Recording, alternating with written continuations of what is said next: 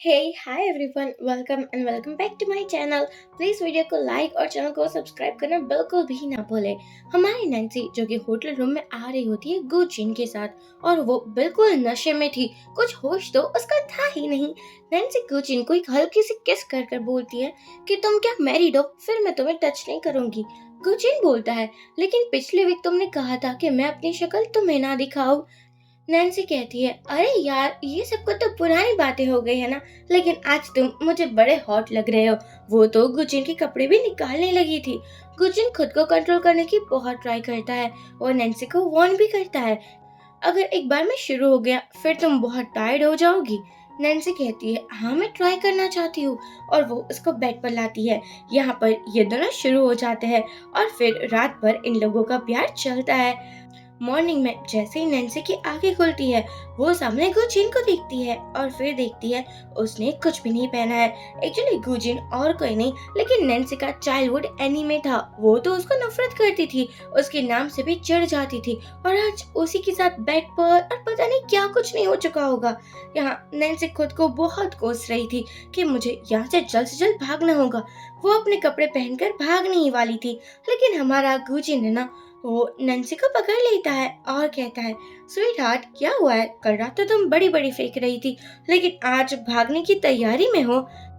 Nancy कहती है, हम अडल्ट है और ये जस्ट एक वन नाइट स्टैंड था, तुम्हें इतना भी सीरियसली ये सभी बातों को नहीं लेना चाहिए। अब यहाँ पर वो रेडी होकर चली गई थी और गुजिन सोचता है, इतनी आसानी से नहीं मैं तुम्हें जाने दूंगा। बाहर आकर गुजिन बोलता है, मैंने सुना था कल रात तुम अपने एंगेजमेंट पार्टी से भाग चुकी थी, क्या ये सब कुछ मेरे लिए किया था तुमने? नैन्सी कहती है, क्या मैं पागल नजर आती हूँ तुम्हें? तुमसे तो मैं नफरत करती हूँ, मैं तुम्हारे लिए भला ऐसा क्यों ही करूंगी। गुजिन कहता है, तो फिर तुम किसकी फियांसे बनना चाहती हो? नैन्सी कहती है, गू फैमिली की। तुम गू फैमिली से हो क्या? वही सबसे रिच फैमिली है, और हाँ मैं ऐसे वैसे को मुंह नहीं लगाती। गुजिन कहता है, अच्छा ऐसी बात है क्या? नैन्सी उसको अपने क्लोज करती है कि तुम्हारे जस्ट एक ऑर्डिनरी कंपनी होगी, लेकिन गू फैमिली की जैसी कंपनी किसी की नहीं हो सकती। गुजिन उसके और भी क्लोज आ जाता है, तुम मुझे फिर से ट्राई करना चाहती हो क्या? नैन्सी मना करती है और यहाँ से चली जाती है। तभी गुजिन की दादी का कॉल आता है कि मैं तुम्हें एक ब्लाइंड डेट पर भेजना चाहती हूँ। गुजिन कहता है, डोंट वरी दादी, आपकी बहू मुझे मिल चुकी है। एक्चुअली गुजिन और कोई नहीं लेकिन गो फैमिली का वारिस था, और जिसके बारे में किसी को पता नहीं था। नैन्सी जैसे ही अपने अपार्टमेंट के वहाँ कार पार्क करती है, उसको शेन मिलता है जो कि उसका फियोंसे था। नैन्सी बोलती है, मुझे तुम जैसे बंदे से ना कोई मतलब नहीं है, मुझे पता ही नहीं था कि तुम्हारा अफेयर चल रहा है। यहाँ शेन समझाने लगा था, लेकिन तुम ऐसे एंगेजमेंट छोड़कर कैसे जा सकती हो? हमारी फैमिली ने डिसाइड किया था ना कि हमारी एंगेजमेंट होगी। नैन्सी उसके हाथों को दूर करती है और बोलती है कि नहीं मिस्टर, मैं तुमसे कोई एंगेजमेंट नहीं करने वाली, और हाँ हमारी हैप्पी एंडिंग होने के बारे में सोचना भी मत, क्योंकि मैं कल रात पार्टी से इसलिए भागी थी क्योंकि मुझे तुम जैसे बंदे के साथ कोई फ्यूचर नहीं दिख रहा था, और वैसे भी तुम एक नाजायज बेटे हो, और क्या तुम्हारे उस गर्लफ्रेंड को पता है तुम्हारे बारे में? अगर पता चलेगा ना तो वो भी तुम्हें छोड़ देगी, क्योंकि तुम्हारी वैल्यू लू फैमिली में कुछ भी नहीं है, तुम एक एक्स्ट्रा कैरेक्टर ही हो। यहाँ पर नैन्सी ने इतने तीखे तीखे ताने दिए थे ना, तो शेन का मुंह ही बन जाता है। नैन्सी शेन की क्लोज आकर बोलती है कि तुम अपने उस गर्लफ्रेंड के साथ ही रहो, क्योंकि मुझे अब तुमसे कोई लेना देना नहीं है। और तभी पीछे से शेन की मम और लूना आती है जो कि शेन की गर्लफ्रेंड थी। यहाँ पर लूना बोलती है, एक्चुअली मैं भी नैन्सी से माफी मांगना चाहती थी, उसको आई थिंक कोई गलत फहमी हो चुकी है, हम दोनों तो जस्ट एक अच्छे दोस्त है ना। लूना बोलती है, देखो प्लीज तुम एंगेजमेंट कर लो शेन से, मेरी वजह से तुम ये रिश्ता मत तोड़ो। और बाद में वो उसके क्लोज आकर बोलती है, मैं प्रेग्नेंट हूँ, और क्या तुम अभी भी शेन के साथ रहना चाहती हो? नैन्सी कहती है, क्या बात है, तुम लोगों को देख कर लगता है कि कितनी ड्रामेबाज फैमिली है, लेकिन सॉरी मैं तुम लोगों से कोई रिश्ता नहीं रखना चाहती। अभी भी शन लगा पड़ा था, उसको पता था कि नैन्सी सू फैमिली के होने वाली वारिस है। लूना कहती है, अगर तुम मुझसे नाराज हो तो तुम मुझे थप्पड़ भी मार सकती हो, मैं बुरा नहीं मानूंगी। नैन्सी फिर ऐसा ही करती है। लूना हैरान हो चुकी थी। शन की मॉम कहती है कि तुम जैसे लड़कियों को ना क्या ही कहना है, देखो कितनी लो स्टैंडर्ड है तुम्हारी। नैन्सी कहती है, हाँ बिल्कुल लो स्टैंडर्ड है मेरा, तभी तो मैं आपके बेटी को चूज नहीं कर रही हूँ ना। आप एक मिस्ट्रेस हो और आप अपनी बेटी के लिए भी एक मिस्ट्रेस लेकर आ चुकी हो, और मुझे आप क्या समझती हो? मैं आपके सभी मिसबिहेव को बर्दाश्त करूंगी नहीं, मैं इतनी भी कमजोर नहीं हूँ। शेन को अभी भी ये गलतफहमी थी कि नैन्सी उसे बहुत प्यार करती है। वो कहता है कि देखो, तुम अगर आज यहाँ से चली गई तो फिर रोते हुए मेरे पास मत आना। नैन्सी कुछ नहीं कहती और स्माइल करते हुए चली जाती है। शेन की मॉम कहने लगी थी, जाओ जाकर उसको वापस लाओ, अगर तुम्हारी एंगेजमेंट नहीं हुई तो तुम्हारे पापा बहुत नाराज हो जाएंगे। शेन कहता है, अरे मॉम डोंट वरी, क्योंकि वो मेरे पास रोते हुए वापस आएगी, मुझसे इतना प्यार जो करती है, और वैसे भी उसको शेयर्स भी तो चाहिए ना। अब यहाँ पर नैन्सी जैसे ही अपने घर में आने वाली थी, उसको पता चलता है कि अगली मॉर्निंग तो बोर्ड ऑफ डायरेक्टर की मीटिंग है। फिर क्या था, वो कार में आती है और गुजिन को कॉल करती है, क्या मेरे साथ शादी करना चाहोगे, तुम मेरे हबी बनोगे। गुजिन तो मना नहीं करता और बहुत जल्दी इन लोगों ने मैरिज सर्टिफिकेट भी ले लिया था। गुजिन कुछ ज्यादा ही खुश नजर आ रहा था। नैन्सी कपड़े को चेंज भी नहीं करती और बोर्ड ऑफ डायरेक्टर की मीटिंग में पहुंच चुकी थी। एक्चुअली नैन्सी के मॉम डैड नहीं थे और ये कंपनी उसी की थी, लेकिन दोनों अंकल को लगा था कि कंपनी उसकी हो जाएगी, क्योंकि नैन्सी ने तो एंगेजमेंट नहीं की थी ना। अंकल बोलते हैं, क्या हो चुका है, तुमने तो कल एंगेजमेंट भी नहीं की और भाग भी गई।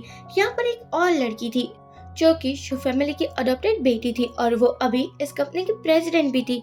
अंकल कहते हैं, तुम्हारे नाम पर 30% शेयर्स हो जाएंगे, लेकिन तुम्हारी शादी की बात, और पता नहीं तुम शादी कब करोगी, क्यों ना वो शेयर्स तुम हम दोनों को दे दो। अब दोनों अंकल बहुत ही ज्यादा लालचू थे, इन लोगों को कहाँ ही पता था नैन्सी सबसे आगे है। वो कहती है, अच्छा अच्छा ठीक है, आपको मेरी प्रॉपर्टी चाहिए ना, मैं आपको देने को रेडी हूँ, लेकिन आपको एक सरप्राइज देना चाहती हूँ, मैंने ऑलरेडी शादी कर ली है। एक अंकल हैरान हो जाते हैं कि तुम ये झूठ बोल रही हो ना, सिर्फ ये शेयर्स की वजह से कर रही हो। नैन्सी कहती है, तो मैं अपने हबी को बुला लेती हूँ ना। यहाँ पर वो कॉल करती है और गुजिन आ चुका था। गुजिन को देखकर हर कोई हैरान हो चुका था, क्योंकि ये कुछ ज्यादा ही हैंडसम नजर आ रहा था। नैन्सी कहती है, देख लो ये है मेरे हबी। अंकल बोलते हैं, तुमने क्या हमें पागल समझ कर रखा है, तुम जैसे एक्टिंग कर रही हो ना, किसी कॉल बॉय को लेकर आ चुकी हो अपने हस्बैंड की एक्टिंग करने के लिए। नैन्सी कहती है, आप एक काम करें ना, आप ये मेरे सर्टिफिकेट को चेक करवा ले, बाद में अपने जितने शेयर्स है वो मुझे दे देना, आफ्टर ऑल आपको ब्राइड प्राइस भी तो देना होगा ना। अब ये सुनकर अंकल बहुत सहम चुके थे, क्योंकि नैन्सी से जीतना नेक्स्ट टू इम्पॉसिबल हो चुका था। लिली बोलती है, अब क्लियर हो चुका है ना, नैन्सी की शादी हो चुकी है, तो 30% शेयर्स उसको मिल जाने चाहिए, हम बहुत जल्दी ये प्रोसेस स्टार्ट कर देंगे। नैन्सी के फेस पर तो स्माइल ही आ जाती है। कार में आकर नैन्सी कहती है, एक मंथ के बाद हम डाइवोर्स ले लेंगे। गुजिन नैन्सी को अपने क्लोज करता है और बोलता है, नहीं, मैं इतनी जल्दी तो तुमसे डाइवोर्स लेना नहीं चाहता हूँ, मैं अभी भी तुम्हारे क्लोज रहना चाहता हूँ। नैन्सी कहती है, ये तुम क्या बात कर रहे हो, ऑलरेडी हमारा अग्रीमेंट हुआ था और तुमने भी कहा था एक मंथ के बाद तुम मुझे डाइवोर्स दे दोगे। गुजिन कहता है, लेकिन अब तो सभी को पता चल चुका है ना कि हम दोनों की शादी हो चुकी है, अगर एक मंथ के बाद तुमने डाइवोर्स ले लिया तो हर कोई तुम पर सवाल उठाएगा, और हो सकता है कि तुम्हारे शेयर्स पर भी तो सवाल उठ सकते हैं ना। नैन्सी कहती है, हाँ तुम सही कह रहे हो, एक काम करते हैं, एक मंथ नहीं हम 3 मंथ तक मैरिड कपल की तरह रहते हैं और बाद में डाइवोर्स ले लेंगे। गुजिन कहता है, अच्छा मैरिड कपल। वो तो नैन्सी को किस कर देता है और बाद में उसको छोड़ ही नहीं रहा था। दूसरी तरफ हम शेन को देखते हैं, जो कि क्लब में था और अपने सभी फ्रेंड को बोल रहा होता है कि नैन्सी मेरी होने वाली वाइफ है और उसको ही तो सू फैमिली का सब कुछ मिलने वाला है। हर कोई तो शेन की तारीफें करने लगा था, वाह भाई तेरी तो लॉटरी लग गई, क्या बात है। शेन कहता है, हाँ वही तो ना, लेकिन लूना को ना जलन हो रही थी, आफ्टर ऑल वो शन की वाइफ बनना चाहती थी, लेकिन उसकी वैल्यू अभी मिस्ट्रेस से बढ़कर और कुछ भी नहीं है। शन बाहर आता है और उसका असिस्टेंट बोलता है, बॉस आपको पता होना चाहिए आपके पास पैसे नहीं है, और पता है आपने सभी के बिल्स के बारे में बोला था तो बहुत अमाउंट हो चुका है। शन हैरान हो जाता है, क्या इतना ज्यादा, कोई बात नहीं, नैन्सी का कार्ड तो है ही ना हमारे पास, उसी से पेमेंट कर देना। यहाँ पर हमारी नैन्सी को गुजिन उसके अपार्टमेंट में छोड़ने के लिए जाता है। गुजिन अपने लिप्स को देख रहा था जिस पर लिपस्टिक का निशान था, लेकिन नैन्सी घर के अंदर नहीं जाती और निकल जाती है उसी क्लब में, क्योंकि उसको मैसेज आ चुका था कि शन उसका कार्ड यूज कर रहा है। यहाँ पर शन लूना को पकड़ कर बोलता है कि आप लोगों को तो पता ही नहीं है नैन्सी कितना मुझे प्यार करती है, और अपनी वाहवाही करवाने में थक नहीं रहा था कि मैं अभी नैन्सी को कॉल करता हूँ, वो भागी भागी मेरे पास आएगी, लेकिन नैन्सी तो कॉल ही नहीं उठा रही थी। तभी तुरंत ही वो रूम के अंदर आ जाती है। शन कहता है, क्या तुम मुझसे माफी मांगने आई हो? ओह हाँ, तुम एंगेजमेंट पार्टी से भाग चुकी थी ना। कोई बात नहीं, हम दोबारा एंगेजमेंट कर लेंगे। नैन्सी उसका हाथ छुड़वाती है और बोलती है, मैं और तुमसे माफी, अपने सपने में भी नहीं सोचना ये बात। अब हर कोई हैरान हो चुका था कि नैन्सी इतने गुस्से में क्यों है और बातें करने लगा था। शन नैन्सी के क्लोज आता है और बोलता है, यहाँ पर हर कोई मुझे देख रहा है, प्लीज मेरी थोड़ी रिस्पेक्ट कर दो। नैन्सी तो हंसने लगी थी, तुम्हारी कौन सी रिस्पेक्ट है? और वो बोलती है, तुमने पेमेंट मेरे कार्ड से किया है। अब यहाँ पर शन को तो लग रहा था कि उसकी इज्जत का फालूदा ही हो जाएगा। फिर क्या था, नैन्सी कहती है, मैंने नहीं कहा था कि ये सब कुछ मैं पे करूंगी। देखो यार शन, अगर तुम्हें पे करना था तो अपने अकाउंट से करना था ना, मेरे अकाउंट को यूज क्यों किया तुमने? अब यहाँ पर शन हर किसी को देखने लगा था, क्योंकि हर कोई बातें कर रहा था कि शन तो इतना ज्यादा अमीर है, फिर उसको किसी और का कार्ड यूज करने की क्या जरूरत थी। शन को समझ में आ चुका था कि उसकी भारी वाली इंसल्ट होने वाली है। वो फिर से बहाना लगाता है, नैन्सी तुम मुझसे माफी मांगना चाहती थी ना, क्योंकि मेरा बर्थडे आने वाला था और तुम चाहती थी कि तुम मुझे सरप्राइज दो। नैन्सी को फिर से हंसी आ जाती है, यार ये बंदा बहाने लगाने में कितना एक्सपर्ट बन चुका है ना। शैन नैन्सी को हक कर कर बोलता है कि देखो, अगर तुमने कोई भी तमाशा किया ना, तो फिर मैं तुमसे एंगेजमेंट नहीं करने वाला। नैन्सी सोचती है, कोई कितना ही बेवकूफ हो सकता है। दूसरी तरफ गुजेन, जो कि शावर लेकर मस्त वाइन पी रहा था, तभी उसका असिस्टेंट आता है और बोलता है, बॉस आपकी वाइफ तो शैन से मिलने के लिए गई है, और पता है वहाँ पर एक तमाशा भी क्रिएट हो चुका है। मुझे तो इसलिए पता चला क्योंकि आप उस क्लब के मेंबर हो। लेकिन गुजेन को तो जलन होने लगी थी, बोला नैन्सी को वो किसी भी मैन की क्लोज कैसे ही जाने दे सकता है। वो कहता है, मुझे जाना होगा। क्लब में एक मैनेजर आ चुका था और वो शन के पास आकर बोलता है कि देखो, तुम्हें मैंने वीआईपी रूम दिया जबकि तुम इस क्लब के मेंबर भी नहीं हो, और फिर तुम यहाँ पर ऐसे लड़ाई झगड़ा भी कर रहे हो। अगर कुछ भी हो गया प्रॉब्लम तो मैं हैंडल बिल्कुल नहीं करने वाला। शन यहाँ पर समझ चुका था कि अब कुछ तो करना पड़ेगा। ऊपर से जो बंदा था वो कह रहा था कि आपको बिल पे करना होगा। मैनेजर नैन्सी से बोलता है कि आप तो शन को अच्छे से जानते हो ना, वो तो आपका होने वाला हस्बैंड है, तो क्यों ना बिल आप ही पे कर दीजिए। नैन्सी कहती है, इंटरेस्टिंग, मैं तो इस क्लब की मेंबर भी नहीं हूँ और मैं शन को इतने अच्छे से भी नहीं जानती, लेकिन मुझे लगता है कि आप और शन अच्छे दोस्त हो। मैनेजर मना करता है कि ऐसा कैसे हो सकता है। नैन्सी बोलती है, फिर आप मुझे बिल पे करने को बोल ही कैसे सकते हो, जबकि मैंने तो ड्रिंक भी नहीं पिया है और मैं कोई भी बिल पे नहीं करने वाली। शैन नैन्सी का हाथ पकड़ लेता है, बहुत हुआ, पैसे तो तुम ही दोगी और वैसे भी तुम मेरी होने वाली वाइफ हो। यहाँ पर लूना नैन्सी को धक्का देने वाली थी, लेकिन तभी गुजिन आकर नैन्सी को पकड़ लेता है। गुजिन की तो आंखें ही नहीं हट रही थी नैन्सी के ऊपर से। शैन चिल्लाकर कहता है, ये कौन है? और यहाँ पर तो मैनेजर भी हैरान हो चुका था। गुजिन बोलता है, तुम ठीक तो हो ना? नैन्सी कहती है, मुझे कुछ भी नहीं हुआ है। मैनेजर, जो कि असिस्टेंट से बात करने लगा था, उसको पता था कि ये तो गू कंपनी का असिस्टेंट है। अब शैन भी अपनी जान पहचान बढ़ाने वाला था, लेकिन असिस्टेंट उसको इग्नोर कर देता है और बोलता है, यहाँ पर क्या चल रहा है? मैनेजर बोलते हैं कि एक्चुअली जो शैन है ना, उसके कार्ड्स चल नहीं रहे हैं, तो उसकी फियांसे पे करने वाली थी, लेकिन वो भी मना कर रही है।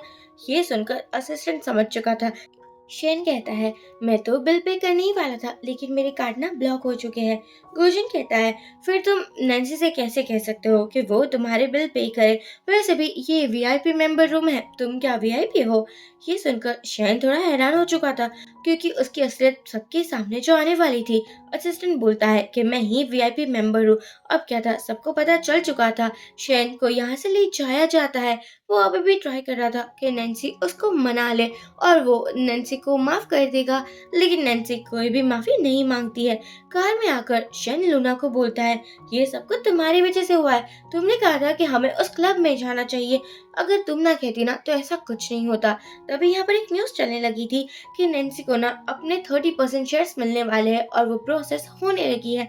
शेन फिर से इतना बेवकूफ था, खुश हो जाता है। अच्छा, तो नैन्सी मुझे सरप्राइज देना चाहती है। आफ्टर ऑल वो मुझसे इतना प्यार करती है, वो भला कैसे मुझसे दूर हो सकती है? लूना को लगा था कि जैसे ही सभी शेयर्स शेन के पास आ जाएंगे, वो तो शेन के साथ शादी ही कर लेगी। नैन्सी को नहीं पता था कि गुजिन एक्चुअली गू फैमिली से है। वो जाने वाली थी, लेकिन उसको पैर में लग चुकी थी। फिर क्या था, हमारा गुजिन उसको उठा कर लेकर जाता है और बाद में उसकी मलहम पट्टी भी करता है। नैन्सी बोलती है, तुम वीआईपी मेंबर हो क्या? गुजिन बोलता है, नहीं, मैं कैसे इतना रिच हो सकता हूँ? नैन्सी बोलती है, हाँ मैं वही तो कहना चाहती हूँ, तुम उतने भी रिच नहीं हो, लेकिन मुझे चलेगा। गुजिन नैन्सी के क्लोज आ जाता है और बोलता है, तुम इतनी प्यारी बातें कर रही हो, मैं तो कंट्रोल ही नहीं कर पा रहा हूँ। और फिर क्या था, वो लोग शुरू हो जाते हैं अपने प्यार की बातें करने के लिए। नैन्सी के फोन पर तभी लिली का कॉल आता है। गुजिन उसको घर तक छोड़ने के लिए जा रहा था, लेकिन उसकी कार पर एयरपोर्ट भी थी, जहाँ से असिस्टेंट बता रहा था कि लिली अडॉप्टेड डॉटर है। एक्चुअली लिली ही सू फैमिली में रहती है और वो कंपनी की प्रेसिडेंट भी है, जबकि नैन्सी को तो घर से बाहर निकाल दिया गया है। जैसे ही नैन्सी को लिली देखती है, वो उसे घूरने लगी थी और नैन्सी भी लिली से ही डरती थी। नैन्सी बोलती है, इतनी आधी रात में तुम कहाँ से आ रही हो, और तुमने शादी कर ली, और वो भी मुझे बताए बिना? गुजिन बोलता है, हाँ मैं ही उसका हस्बैंड हूँ, और वैसे भी तुम एक अडॉप्टेड डॉटर हो, तुम्हें इतना भी बोलने का हक किसने दिया? लिली तो घूर घूर कर गुजिन को देख रही थी कि तुम चाहे जो भी हो, मैं नैन्सी की गार्डियन हूँ और मेरा बोलने का पूरा हक है। गुजिन किसी को कॉल करता है और तभी एक बंदा आ चुका था, जो फाइल देते हुए बोलता है कि हमारे बॉस को ना नैन्सी की प्रॉपर्टी से कोई लेना देना नहीं है। अगर कभी डाइवोर्स भी हो जाता है तभी भी नैन्सी की प्रॉपर्टी उसी की रहेगी। लिली इम्प्रेस थी कि ये बंदा फुल प्रूफ प्लानिंग के साथ आया है। नैन्सी भी खुश हो जाती है, क्योंकि पहली बार ऐसा हुआ था कि लिली कुछ भी कहे बिना ऐसे ही चली गई थी। वो कहती है, गुजिन तुम कमाल के हो। यहाँ गुजिन कहता है, तुम भी बहुत ज्यादा अच्छी हो। गुजिन नैन्सी को टीज करने लगा था। एक्चुअली गुजिन तो बचपन से ही नैन्सी को बहुत लाइक करता था, लेकिन कभी उसने बताया नहीं था, क्योंकि नैन्सी तो गुजिन के साथ लड़ाई आई करती रहती थी। अब नैन्सी के जाने के बाद असिस्टेंट आकर बोलता है, आपकी दादी जी ना जिद पर लग चुकी है, उसको अपनी बहू से मिलना है। गुजिन बोलता है, अभी नहीं, अभी मैं अपनी आइडेंटिटी रिवील नहीं करना चाहता। असिस्टेंट बोलता है, लेकिन आपको कर देना चाहिए, कहीं देर ना हो जाए। अगले दिन हम देखते हैं नैन्सी गुजिन को लेकर शॉपिंग करने के लिए आई होती है, क्योंकि उन लोगों की वेडिंग सेरेमनी होने वाली थी। नैन्सी कहती है, तुम्हारी बॉडी टाइप अच्छी है, इसलिए मैं भी जो चूज कर दूं ना वो पहन लेना। अब यहाँ पर गुजिन तो हाँ कहने के अलावा कुछ कर ही नहीं सकता था। नैन्सी ने एक सूट सिलेक्ट किया था और गुजिन को ट्राई करने के लिए भेज देती है। यहाँ पर वो ड्रिंक को एंजॉय कर रही थी। इसी मॉल में शैन, जिसने रिंग खरीदी हुई थी नैन्सी के लिए, क्योंकि वो उसे मनाना चाहता था, और यहाँ पर लूना कह रही थी कि अच्छा होगा नैन्सी मान जाए और इन लोगों की शादी हो जाए, तभी तो नैन्सी की सभी प्रॉपर्टी हमारी होगी। तभी लूना कहती है, वो तो नैन्सी है ना? मॉम बोलती है, लगता है कि वो तुम्हें मनाना चाहती है। नैन्सी देखती है, लेकिन फुलटो इग्नोर कर देती है। शैन आकर बोलता है, अच्छा तो तुम मुझे सरप्राइज देना चाहती हो, बिना मुझे बताए तुम मेरे लिए वेडिंग आउटफिट ले रही हो ना? नैन्सी अभी भी कुछ भी नहीं कहती। शैन आकर बोलता है, तुम मुझे इग्नोर क्यों कर रही हो?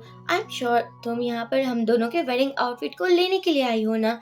नैन्सी अभी भी कुछ नहीं कह रही थी, लेकिन शैन को कुछ ज्यादा ही गलतफहमी हो चुकी थी। वो कहता है, मुझे पता है कि तुम मुझसे माफी मांगना चाहती हो, लेकिन मांग नहीं पा रहे हो। कोई बात नहीं, मैंने तुम्हें माफ कर दिया। हम दोनों की शादी होगी, फिर मैं तुम्हारा बहुत अच्छे से ख्याल रखूंगा। और हाँ, तुमने जो भी सिलेक्ट किया है ना, वो कपड़े मैं ट्राई करने को रेडी हूँ। एम्प्लॉय बताने वाली थी कि ये आउटफिट तो शैन के लिए बने ही नहीं है, लेकिन शैन सुनने के मूड में नहीं था और नैन्सी भी इशारा कर देती है। फिर क्या था, एम्प्लॉय चुप हो जाती है।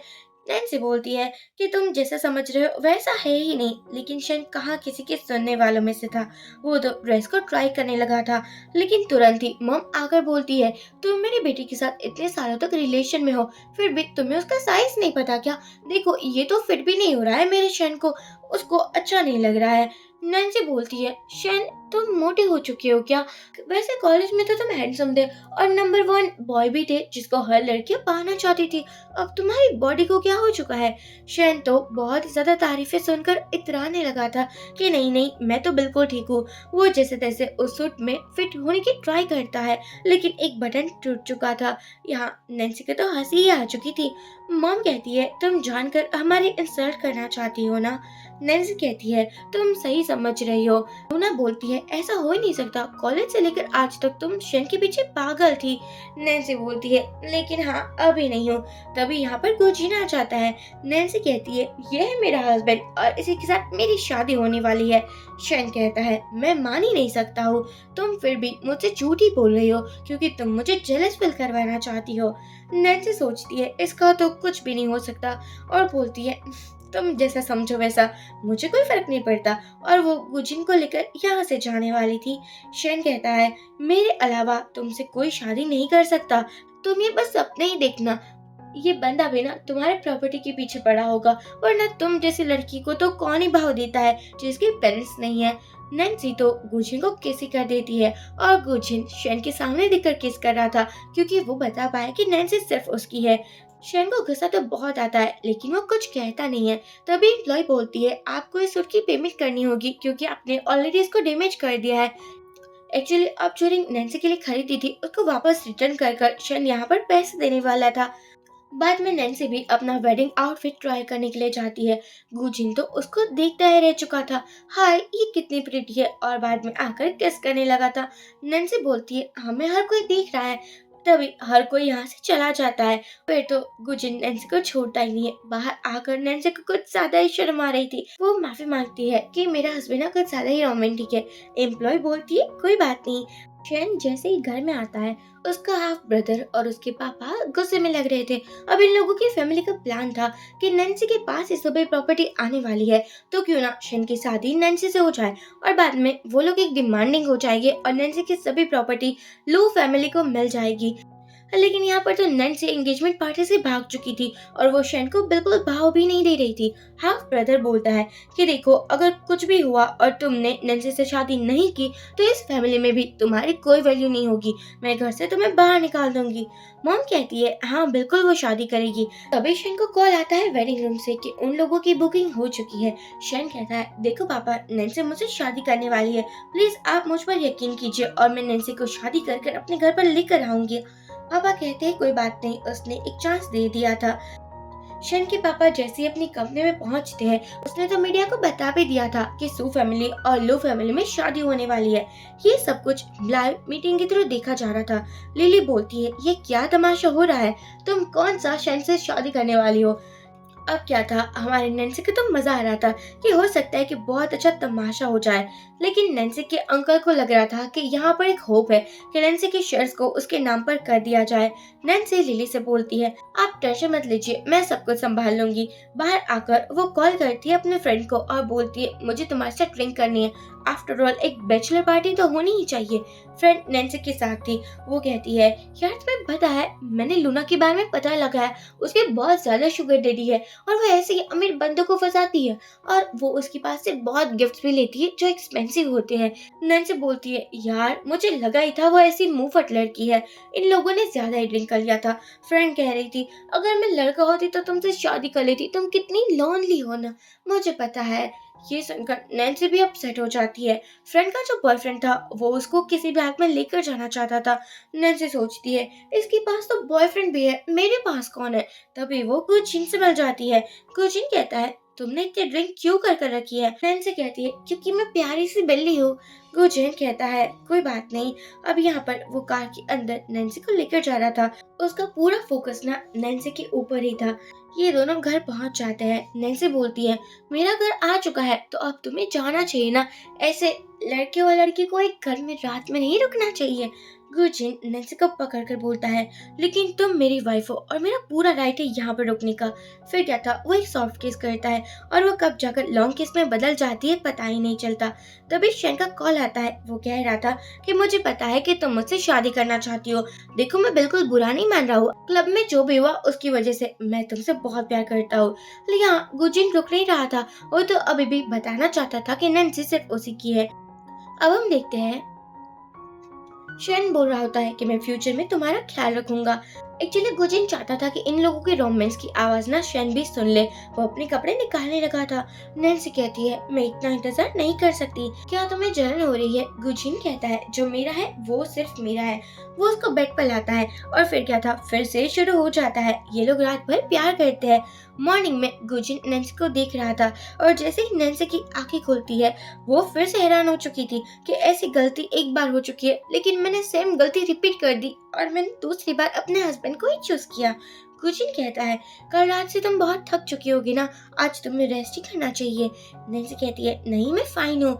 कोचिन कहता है तो हमें सेकंड राउंड ट्राई करना चाहिए। नैन्सी बोलती है नहीं नहीं, आज मुझे मीटिंग में जाना है, मैं बहुत ही जल्दी में हूँ, और प्लीज हाँ आज रात जो भी हुआ है उसको भूल जाना। वो कार में आकर कोचिन को कॉल करती है कि आज गू फैमिली आने वाली है और ये न्यूज हर एक मीडिया में छाई हुई है, तो क्यों ना तुम एयरपोर्ट पर पहुंच जाओ ताकि हर किसी को लगे कि तुम ही मिस्टर गू हो। रात में वेडिंग थी, शैन और उसकी मम आ चुकी थी और यहाँ पर वेडिंग में हर कोई बातें कर रहा था कि पता नहीं नैन्सी किसके साथ शादी करने वाली है।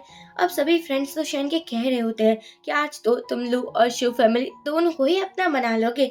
शैन का तो क्या ही कहना, वो कुछ ज्यादा ही खुश हो चुका था, लेकिन बॉडीगार्ड उन लोगों को रोक देता है कि अगर आप लोगों के पास इनविटेशन कार्ड नहीं है फिर आप नहीं आ सकते हो।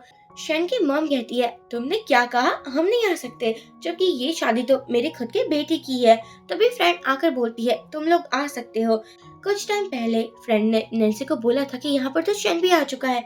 अब नैन्सी ने कहा था कोई बात नहीं, आने दो, थोड़ा एंटरटेनमेंट हमारा भी हो जाएगा, और उसके कहने पर ही यहाँ पर शन आ चुका था। शन की मॉम कहती है इन लोगों ने तो डेकोरेशन भी ढंग का नहीं किया है। हर कोई बात कर रहा था कि शन अपनी एक्स की वेडिंग पर कैसे आ सकता है, उसका नहीं आना चाहिए था, लेकिन कोई बात नहीं, उसमें शर्म भी कहाँ पर है। शन कहता है हर कोई मुझे क्यों देख रहा है। अब मॉम कहती है हर कोई तुम्हें ही दिखेगा ना, क्योंकि आज तुम ही ग्रूम हो। तभी यहाँ पर एंट्री होती है हमारी नैन्सी की, जो कि लिली के साथ आ रही थी। जो एमसी था वो बोल रहा था कि अब हमारे ग्रूम की भी एंट्री होने वाली है। तभी शन की मॉम बोलती है इतनी आसानी से ये शादी नहीं होगी, हमारी कुछ शर्तें हैं और इसको मानना ही पड़ेगा। यहाँ पर हर कोई कंफ्यूज था। अब मॉम बोलती है देखो हमारी फैमिली में ना ऐसा रूल है, अगर तुम्हें मेरे बेटे से शादी करनी है तो अपनी सभी प्रॉपर्टी मेरे बेटे के नाम पर करनी होगी। नैन्सी को तो हंसी आ चुकी थी, लेकिन शन की मॉम रुकने का नाम नहीं लेती। वो बोलती है कि देखो मैं भी ओल्ड हो चुकी हूँ, तुम्हें मेरे नाम पर एक विला खरीदना होगा, और हाँ तुम्हारे जितने भी शेयर्स है ना वो तुम्हें शन को देने होंगे, और तुम्हारी कंपनी में शन को बोर्ड ऑफ डायरेक्टर की भी पोजीशन देनी होगी। ये सुनकर तो नैन्सी के दोनों ही अंकल आ जाते हैं, क्योंकि वो नहीं चाहते थे कि बोर्ड ऑफ डायरेक्टर की पोजीशन में और कोई भी आए। वो कहते हैं कि हमारी कंपनी में तुम्हारा बेटा क्यों आएगा। मॉम कहती है इसलिए क्योंकि अगर नैन्सी का बच्चा होगा तो वही तो कंपनी का वारिस होगा ना, और उस बच्चे के लिए तो शन ने भी मेहनत की होगी ना, तो उसको भी तो एक रिवॉर्ड मिलना चाहिए। शन की मॉम बोलती है कि अगर तुम लोग इन सभी कंडीशन पर एग्री करते हो फिर ही शादी होगी, वरना ये शादी नहीं होने वाली है। अब ये सुनकर तो अंकल को कुछ ज्यादा ही गुस्सा आ जाता है। नैन्सी कहती है हाँ आप कह तो सही रहे हो, वैसे भी मैं इतनी यंग हूँ, कोई भी मेरे प्यार में पागल ही हो जाएगा। ये सुनकर तो शन कहता है तो फिर हम शादी कर लेते हैं। वो रिंग देने वाला था, लेकिन नैन्सी मना कर देती है नहीं मैं तुमसे कोई शादी नहीं करना चाहती। तभी यहाँ पर गुजिन आ जाता है और सभी को पता चल चुका था कि नैन्सी तो गुजिन के साथ शादी करने वाली है। नैन्सी बोलती है तुम लेट हो। गुजिन बोलता है एक्चुअली मैं अपनी फैमिली के साथ आ रहा था। फिर क्या था, गो फैमिली से यहाँ पर हर कोई आ चुका था। उनको देखकर सभी हैरान हो चुके थे, क्योंकि गो फैमिली इस सिटी के सबसे रिचेस्ट फैमिली में एक थी, और वो इस सिटी में नहीं रहती थी, वो दूसरी सिटी में रहती थी। यहाँ पर तो हर कोई मुश्किल लगाने में रेडी था। अब गुजिन नैन्सी को प्रपोज करता है और उसको रिंग भी पहनाता है। इसके बाद ये दोनों किस करने ही वाले थे, तभी किम्बली आकर बोलती है बाहर तो बहुत ज्यादा मीडिया है। नैन्सी बिल्कुल नहीं चाहती थी कि गुजिन को कोई भी देखे। अब क्या था, यहाँ मीडिया तो शन से भी पूछने लगी थी कि आपकी और नैन्सी की शादी होने वाली थी, फिर आप यहाँ बाहर क्या कर रहे हो, क्या आप लोगों की शादी हो चुकी है। अब शन को और कोई इग्नोर कर मीडिया अंदर भी चली जाती है।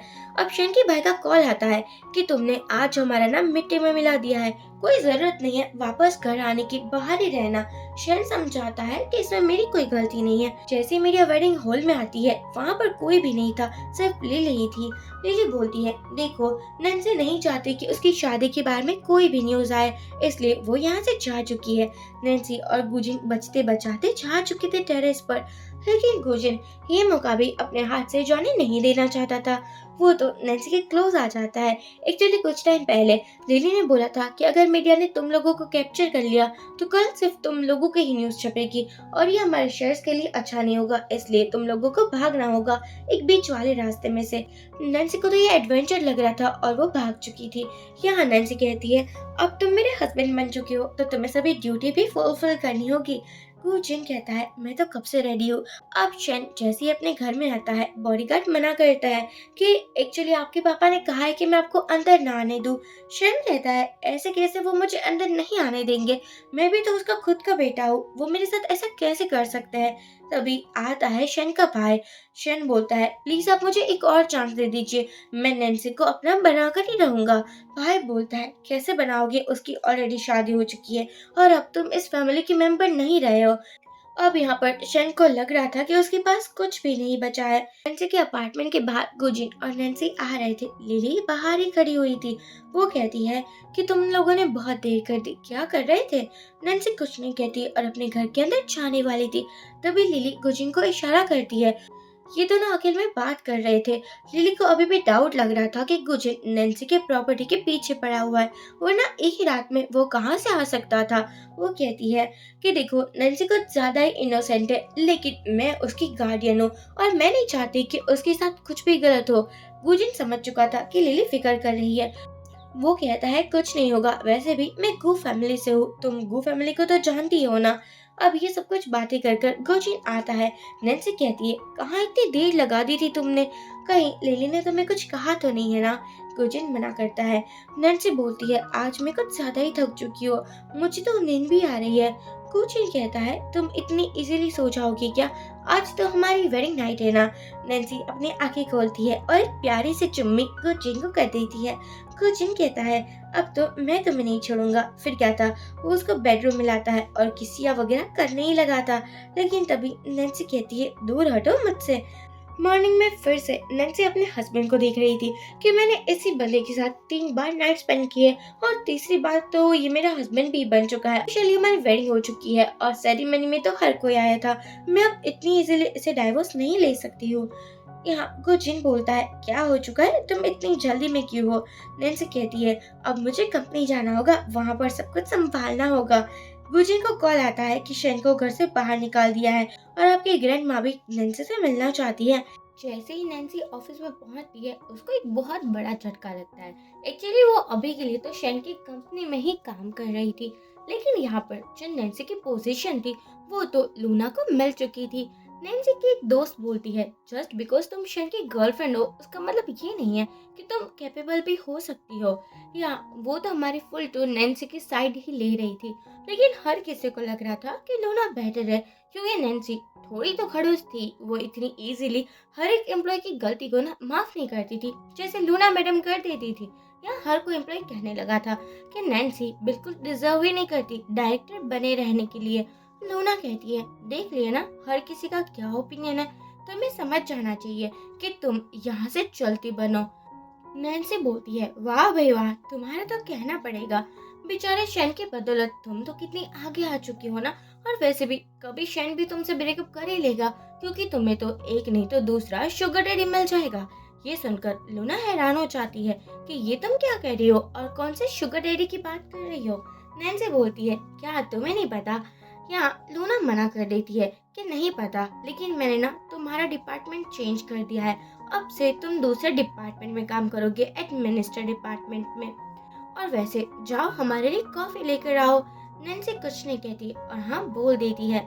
जब वो जा रही थी तब लूना बोलती है कि तुम जब स्मार्ट बनती हो ना तब बड़ी ही बोरिंग लगती हो। नैन्सी कहती है, हाँ हाँ वो तो तुम्हें लगूंगी ही ना, क्योंकि तुम्हारा बॉयफ्रेंड हाथ मुंह धोकर मेरे पीछे जो पड़ा था। यहाँ नैन्सी अपना सभी सामान को पैक कर रही होती है, तभी लूना की चमची आती है और वो कहती है, अरे यार मुझे पता चला आज तुम्हारे साथ क्या हुआ, जानकर ना बहुत खुशी हुई, अब तुम यहाँ से जा रही हो ना। अब यहाँ पर ये बंदी बोलती है कि तुम कॉफी लेकर ना मीटिंग रूम में आ जाना। नैन्सी कहती है, हाँ क्यों नहीं, लेकिन उसकी दोस्त बोलने लगी थी। लेकिन नैन्सी की फ्रेंड बोलती है कि यार तुम इतना सब कुछ बर्दाश्त क्यों कर रही हो, इन जैसे को ना बाहर ही निकाल देना चाहिए। लेकिन नैन्सी का तो कुछ अलग ही प्लान था। दूसरी तरफ हम हमारे गुरजीन को देखते हैं जो कि बातें शातें करते हुए जा रहा होता है अपने असिस्टेंट के साथ। असिस्टेंट कहता है, बॉस आपको पता है नैन्सी मैडम आज ऑफिस गई है। यहाँ पर नैन्सी सभी के लिए कॉफी लेकर आई थी। लूना तो खुश हो रही थी कि ये मेरे सभी ऑर्डर को फॉलो कर रही है, लेकिन नैन्सी इतनी इजी तो नहीं थी। वो तो कॉफी को लूना के ऊपर ही गिरा देती है और बोलती है, मुझे लगा तुम्हें कॉफी इतनी पसंद आएगी कि तुम नहाना भी पसंद करोगी। या लूना बोलती है, तुम्हारी हिम्मत कैसे हुई। लेकिन नैन्सी कहती है, तुम्हें क्या लगता है मैं तुम्हारी बात मानूंगी, बिल्कुल भी नहीं। लूना बोलती है, ठीक है तो मैं तुम लोगों को यहाँ से निकाल रही हूँ। नैन्सी कहती है, हाँ मैं यही तो चाहती थी कि तुम तुम मुझे फायर कर दो, और वैसे भी तुम्हारे साथ ना मेरा कोई लेना देना नहीं है, तो अपना मुंह बंद ही रखना। यहाँ एक बंदी थी जो कि इन सभी को लेकर थोड़ा टेंशन फील कर रही थी। वो बाहर जाकर कॉल करती है शेन के असिस्टेंट को कि यहाँ लूना मैडम ये सब कुछ कर रही है, नैन्सी और उसके सभी फ्रेंड्स को फायर कर रही है। असिस्टेंट बोलता है ऐसा मत होने देना, क्योंकि नैन्सी की वजह से ही तो हमें सभी प्रोजेक्ट मिलते हैं। पर जैसे ही वो बंदी आती है तब तक तो नैन्सी ने रेजिग्नेशन लेटर को साइन भी कर दिया था और वो चली भी जाती है। लूना को वो बंदी कुछ बता ही नहीं पाती है, लेकिन जैसे ही नैन्सी चली जाती है कॉल के ऊपर कॉल आ रहे थे कि इन लोगों के प्रोजेक्ट्स को कैंसिल कर दिया गया था। कोई भी इसके साथ काम नहीं करना चाहता था।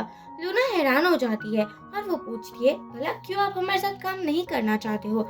वो बंदा बोलता है कि नैन्सी इकलौती वारिस है सबकी, और तुम्हें क्या लगता है हम तुम्हारे लिए कॉन्ट्रैक्ट कर रहे थे? बिल्कुल नहीं। नैन्सी लू फैमिली की, नैन्सी के पास बहुत ज्यादा पावर है, इसलिए हम ये प्रोजेक्ट कर रहे थे।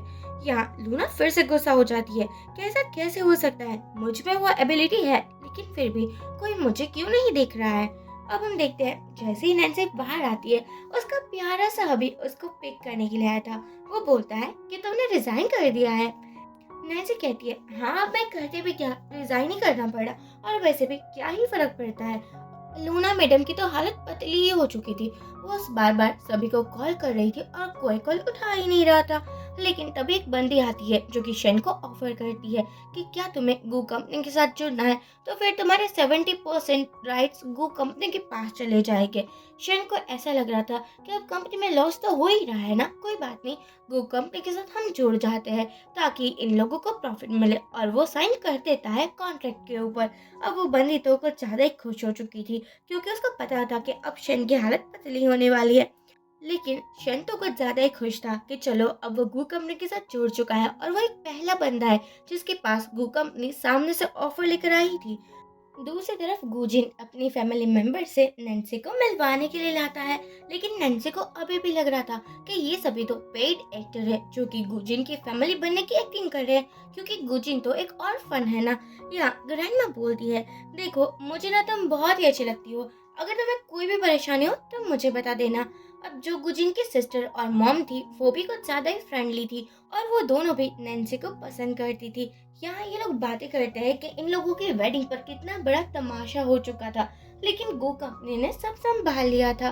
नैन्सी सोचती है कि इन लोगों ने कैरेक्टर को कुछ ज्यादा ही सीरियसली नहीं ले लिया है। ग्रैंडमा बोलती है कि देखो मुझे तो तुम्हारे बारे में बचपन से ही पता था कि कैसे गुजिन तुम्हारे प्यार में पड़ चुका था।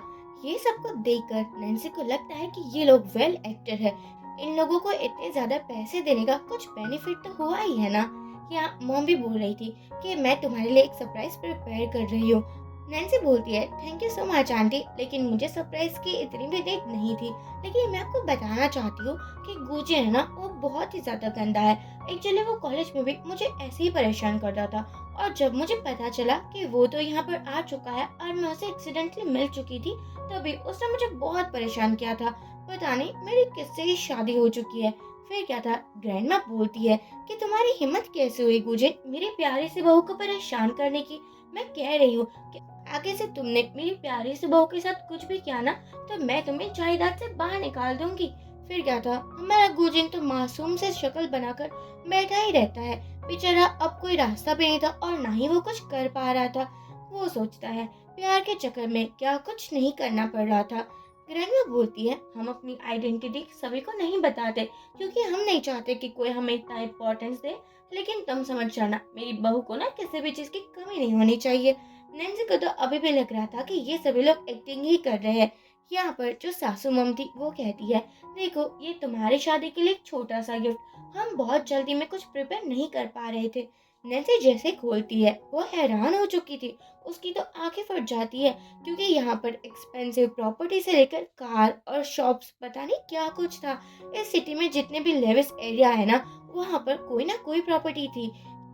नैन्सी सोचती है क्या ये भी फेक है या फिर इन लोगों के पास इतने पैसे हैं जो मुझे इतना गिफ्ट दे रहे हैं। नहीं नहीं ये सब कुछ फेक ही होगा। अब सिस्टर बोलती है कि मुझे भी तुम्हें कुछ तो गिफ्ट देना था, क्यों ना मैं भी तुम्हारे साथ चलूं, हम क्लब चलते हैं और बहुत मजे करेंगे।